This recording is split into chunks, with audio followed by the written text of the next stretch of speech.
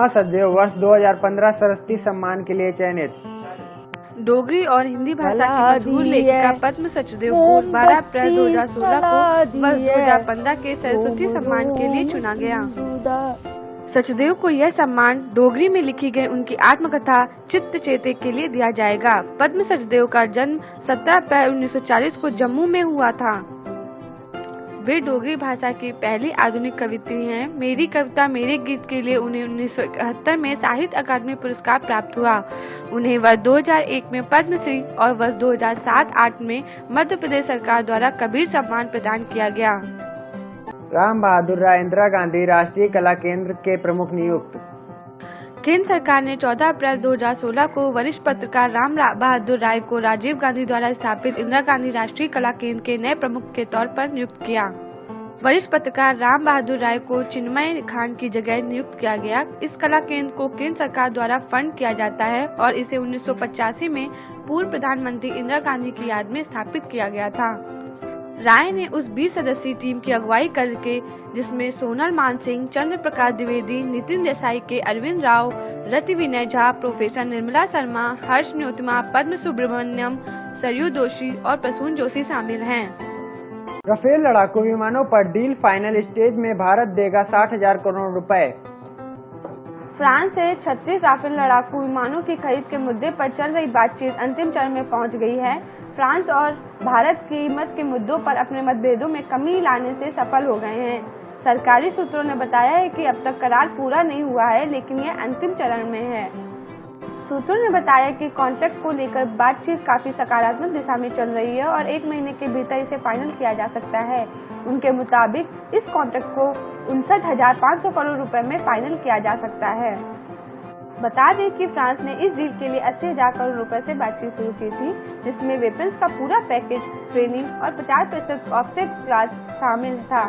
माना जा रहा है कि फ्रांस इस बात को बखूबी जानता है कि भारत यह डील करने के लिए कितना बेचैन है, क्योंकि उसे अपने वायुसेना से बड़े स्तर पर बदलाव करना है और नए विमानों को शामिल करना है।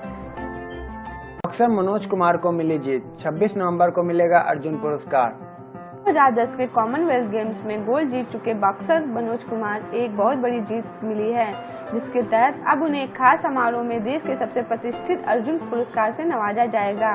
दरअसल मनोज कुमार अर्जुन पुरस्कार के लिए नामित किया गया था।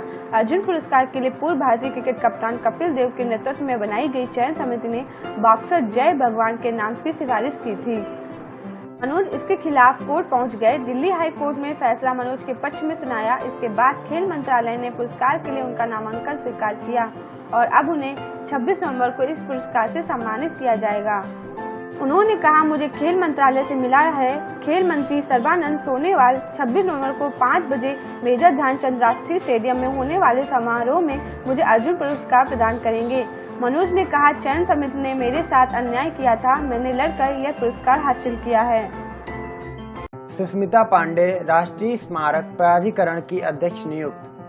केंद्र सरकार ने 14 अप्रैल 2016 को सुष्मिता पांडे को राष्ट्रीय स्मारक प्राधिकरण का अध्यक्ष नियुक्त किया। वे उज्जैन की विक्रम यूनिवर्सिटी में प्रोफेसर हैं। वे सितंबर 2015 को सेवानिवृत्त हुए जेएनयू के प्रोफेसर हिमांशु प्रभा राय के स्थान पर नियुक्त की गई हैं। यह पद पिछले 5 माह से रिक्त था। नियुक्त के समय वे मध्य प्रदेश के विक्रम विश्वविद्यालय में प्राचीन भारतीय इतिहास, संस्कृति और पुरातत्व में अध्ययन विद्यालय की प्रमुख पद पर कार्यरत थी। यह संगठन संस्कृति और पर्यटन मंत्रालय नई दिल्ली में तहत कार्यरत है। यह स्मारकों, पर्यटक स्थलों के संरक्षण के लिए प्रतिबद्ध है। यह केंद्र सरकार द्वारा संरक्षित स्मारकों के आसपास निषिद्ध और विनियमित क्षेत्र का प्रबंध करता है। इसके अध्यक्ष की नियुक्ति 3 वर्ष के लिए की जाती है, जिसका निर्णय केंद्रीय मंत्रिमंडल की नियुक्ति समिति द्वारा किया जाता है। भारतीय मूल के अजय बंगा अमेरिका के commission on enhancing national cyber security के सदस्य नियुक्त। अमेरिकी राष्ट्रपति बराक ओबामा ने मास्टरकार्ड के भारतीय मूल के अमेरिकी सीईओ अजय बंगा को 14 अप्रैल 2016 को अहम प्रशासनिक पोस्ट पर नियुक्त किया। ओबामा ने उन्हें अमेरिका के साइबर सिक्योरिटी को मजबूत करने वाले आयोग का सदस्य नियुक्त किया।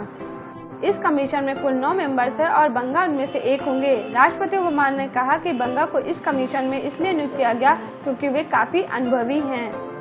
इसके अतिरिक्त वर्ष 2015 में बंगा अमेरिका में व्यापार नीति और वार्ता के लिए गठित सलाहकार समिति के सदस्य के रूप में कार्यरत हैं।